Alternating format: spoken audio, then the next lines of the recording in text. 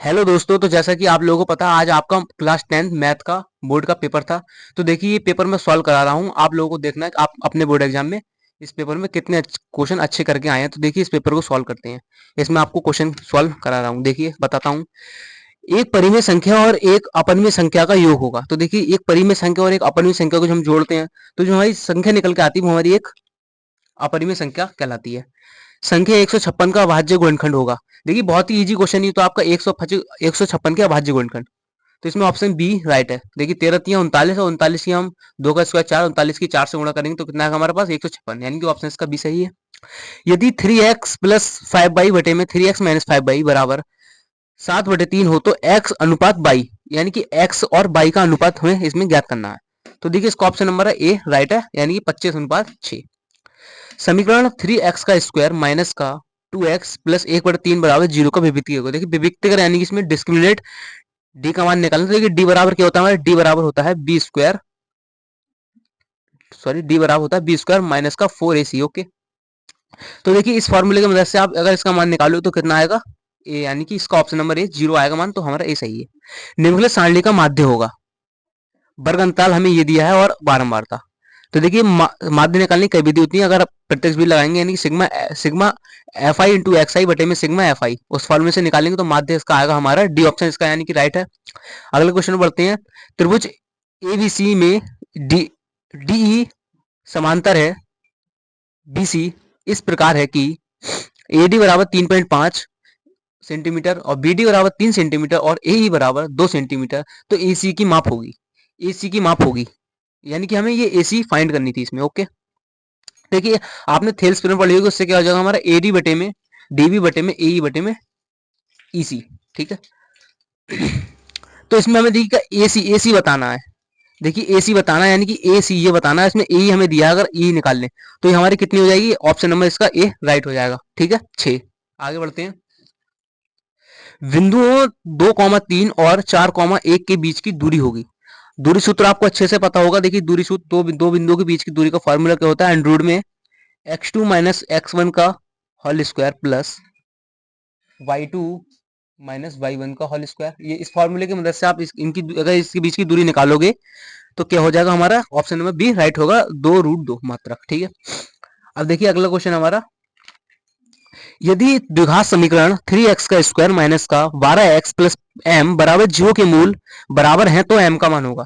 देखिए इसके मूल बराबर है यानी कि d का मान 0 के बराबर होगा, और d बराबर क्या होता है हमारा बी स्क्वायर माइनस का 4ac, और ये किसके बराबर होगा, 0 के बराबर होगा।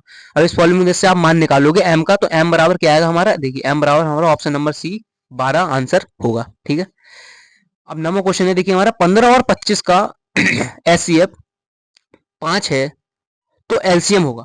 देखिए बहुत ही इजी क्वेश्चन है आपका। आपको इसके लिए एक फॉर्मूला आना चाहिए। दो संख्याओं को गुणनफल यानी कि दो संख्या हमारी ए गुणा बी है, इनका जो एचसीएफ गुणा एलसीएम, यानी दो संख्याओं को गुणनफल बराबर होता है उनके एचसीएफ गुणा एलसीएम। आप ये फॉर्मूला लगाएंगे तो ऑप्शन देखिए हमारा इसमें, अगर आपको देखिए सॉल्व कर लेते हैं हम, 15 गुणा 25 ओके बराबर एचसीएफ। एचसीएफ देखिए हमें दिया है, एचसीएफ दिया है 5 और गुणा एलसीएम हमें इसमें निकालना है। ठीक है, तो देखिए 5 है गुणा में डिवाइड में आ जाएगा। इधर जब डिवाइड में आएगा तो 5 से हम इसे भाग देंगे तो 5 एकम 5, 5 नहीं है 15, और 25 की 3 से गुणा करेंगे तो एलसीएम हमारा आ जाएगा इसमें 25 नहीं है 75, यानी कि ऑप्शन नंबर बी राइट है। एलसीएम पूछा था हमारा 75 होगा। 10वां क्वेश्चन है समांतर श्रेणी से अर्थमेटिक प्रोग्रेशन 3,1 - 1, -3 के लिए सारवंतर इसमें पूछा है। ओके, सारवंतर यानी कि जो इनमें अंतर होगा वो समान होगा। देखिए सारवंतर हम कैसे निकालते हैं, आगे वाले पद में से पीछे वाले पद को घटा दें, यानी कि सारवंतर इसको हम डी से लिखते हैं। डी बराबर होता है हमारा a2 माइनस का a1, a2 माइनस a1, यानी देखिए a2 हमारे पास कितना है, देखिए ये प्रथम पद हो गया a1, ये हमारा a2 हो जाएगा। ओके, और ये a1, तो a2 माइनस a1। ठीक है, यानी कि एक में से हम 3 को घटा देंगे तो हमारा कितना हो जाएगा, ऑप्शन नंबर दूसरा राइट है, और इसका जो हमारा आंसर आएगा वो -2, ऑप्शन नंबर ए सही है। निम्नलिखित सारणी का माध्यक वर्ग होगा। देखिए माध्यक वर्ग पूछा है तो बारंबारता में जिसकी बारंबारता सबसे अधिक हुई, देखिए 2, 7 और 3, 10। तो देखिए इसमें अगर बारंबारता में देखेंगे सबसे बड़ा अंक हमारा 10 है, तो 10 के ऊपर वाले जो वर्ग की बारंबारता होगी वही हमारी माध्यक वर्ग की बारंबारता होगी। ऑप्शन नंबर डी सही है, डी राइट है हमारा 15 से 20। ठीक है, 12वां क्वेश्चन है यदि tan a बराबर 1 तो 2 sin a into cos A का मान होगा।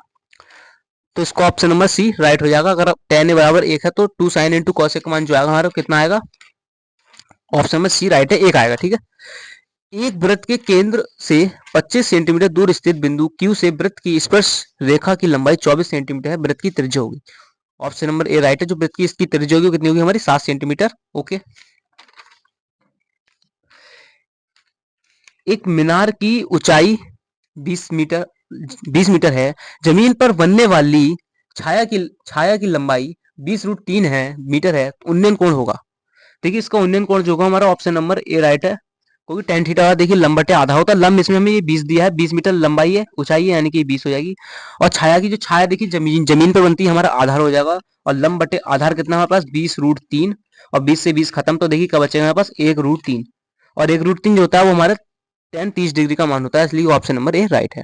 15वें क्वेश्चन पे बढ़ते हैं। देखिए 15वां क्वेश्चन है हमारा, 14 सेंटीमीटर त्रिज्या के एक वृत्त का एक चाप केंद्र पर 30 डिग्री कोण अंतरित करता है, संगत त्रिज्यखंड का क्षेत्रफल होगा। देखिए त्रिज्यखंड का फार्मूला क्या होता है, त्रिज्यखंड का क्षेत्रफल हमारा पाई आर स्क्वायर गुणा थीटा बटे 360 डिग्री, ये हमारा त्रिज्यखंड का फार्मूला होता है। ठीक है, अब इस फार्मूले की मदद से आप इस क्वेश्चन सॉल्व करेंगे तो आंसर आएगा हमारा ऑप्शन नंबर सी 154/3। ठीक है, जोकर टोपी का आकार होता है, देखिए जोकर जो टोपी पहनता है उसका आकार होता है बेलनाकार, शंकुआकार या त्रिभुजाकार या आयताकार। तो देखिए आपने जोकर वाली टोपी देखी होगी, सेम जो देखो बठेड़े पे होती है वो भी लगाते हैं, यानी कि उसका जो आकार होता है वो कैसा होता है, शंकु आकार होता है। कल्पित माध्य विधि और प्रगविचलन विधि सरलीकृत रूप है, तो देखिए इसका सरलीकृत जो रूप होगा यानी कि ऑप्शन नंबर ए हमारा राइट है, अप्रत्यक्ष विधि। ठीक है, अगले क्वेश्चन हमारा, यदि कुछ प्रेक्षेपणों का माध्य 15 तथा माध्य का 24 है तो बहुलक होगा।